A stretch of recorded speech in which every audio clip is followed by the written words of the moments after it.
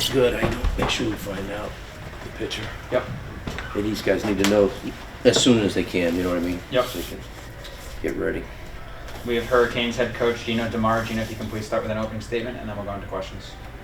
Well, obviously, good first game, good start to the series. One of the things we talked about, wish it was this easy.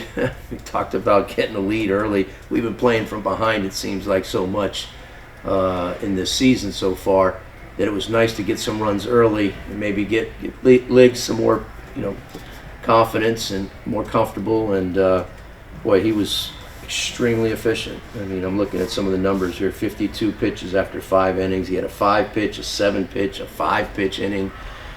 And I don't recall too many of our guys going 8 innings and throwing under 100 pitches, 95 pitches. And but if you want to draw it up, you can't draw it up any better in game 1 to get a W.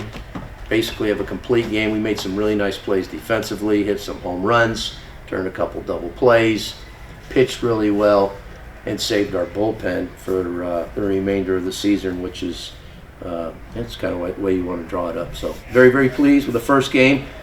Like I told the players, it's over. Enjoy it for a short period of time, and we got to be ready to win this series tomorrow.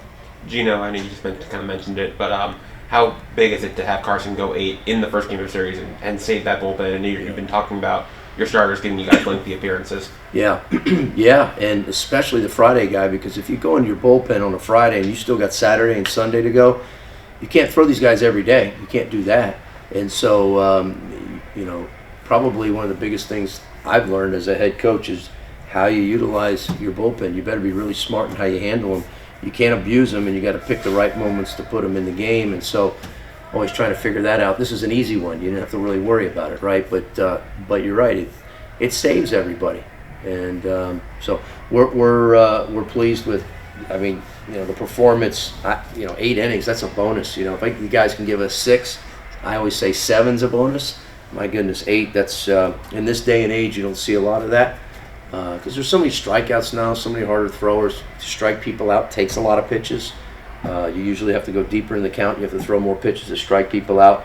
I mean, his line today was 8 innings, 3 hits, 3 walks, 6 strikeouts. But just excellent job of being efficient. 14 hits, great showing at the plate today, 2 home runs. What were your thoughts on that performance today? Yeah, that was great. We hadn't been swinging the bat really well. Wake Forest kind of brought us back down to earth.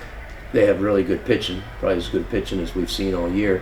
And we didn't take advantage when we did have guys on base up there at Wake Forest, but we come out the midweek game and thank goodness we got a walk off there, but we didn't swing the bat really good against their pitchers.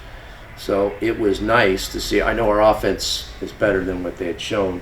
It was nice to see them do the job that they did today, and we did a little bit of everything. We had some guys in motion. We stole some bases. We stole third, I think, once. We stole second a few times. We ran on a ball in the dirt. We read a ball in the dirt. We had some 2-out hits, I believe, and the home runs. The only thing I told them is we had a man on third less than 2 outs with the infield back a few times, which happened in Wake Forest, and we struck out. We didn't put it in play. All you got to do is put it in play, and those are runs. It should have been 4-0 after 3 innings, not 2-0.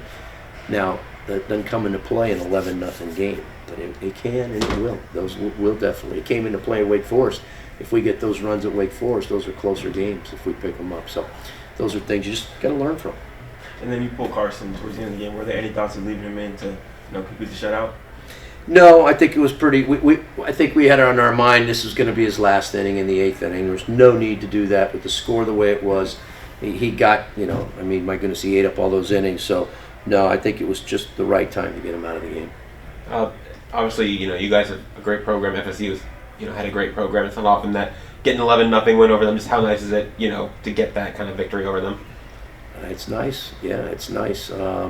Any kind of win is nice, but certainly, when you win like this, you get to play a lot of guys. I wish I could have put everybody in the game. It's hard to do that. We have 19 hitters, but we try to put as many guys into the end of the game as we could for many reasons. One, you want to give those guys opportunities because they're working hard, but we have platooned quite a few guys, especially the bottom half of our lineup. We've played a lot of those guys that Ian's been playing. He comes in and hits a home run, and Jack Scanlon has been catching some for us, and Renzo came in and got a nice pick at first. And when you I'm leaving out some guys, but bottom line is we put in a lot of guys, and because of that score, it allows you to do that, which is so important. It's hard to play this game when you sit on the bench and you don't get to see a lot of pitches as a hitter, and same thing as a pitcher. You don't get into the throw a lot. So, having that score, certainly I'll take that over a 4-3 or 3-2 game anytime, but the win's the most important thing.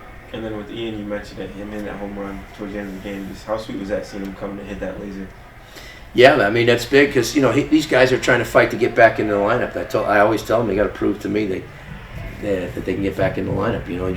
It all goes by opportunity now. When you get that opportunity, you got to make the most of it. And it's not easy when you get a pitch, one at bat, or one hitter you face, or two hitters you face as a pitcher. You get one at bat as a hitter, but you got to make the most of it. But I don't go by how they hit home runs or what. I just go by their pitch. I tell them I go by. It's not one at bat. It's every pitch they face. I'm looking at their approach and how they take the pitch, if it's a ball, or how they swing at it, if it's a good pitch to hit, or vice versa. If they chase bad pitches and their body's all over the place, that's not going to get them back in the lineup if they look bad on certain pitches and get bad at-bats like that. So as a coach and the one who makes out the lineup, I'm looking at those things when these guys come in the game so that I can say to myself, yep, he deserves to be back in the lineup, And so those are good problems to have right now. We haven't had our lineup be consistent a lot this year.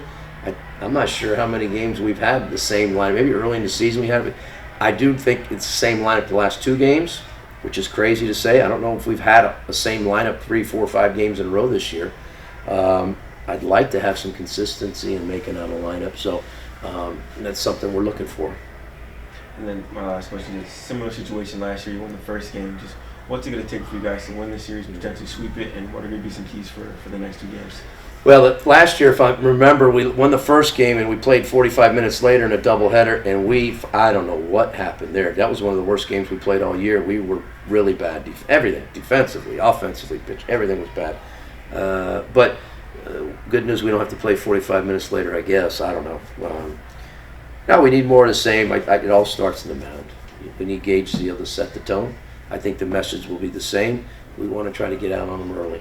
We want to try to score runs early and give our pitcher that lead, that comfort to be able to go after hitters and have the confidence to do that and play from ahead. We've played from behind quite a bit, and we've done pretty good in certain times.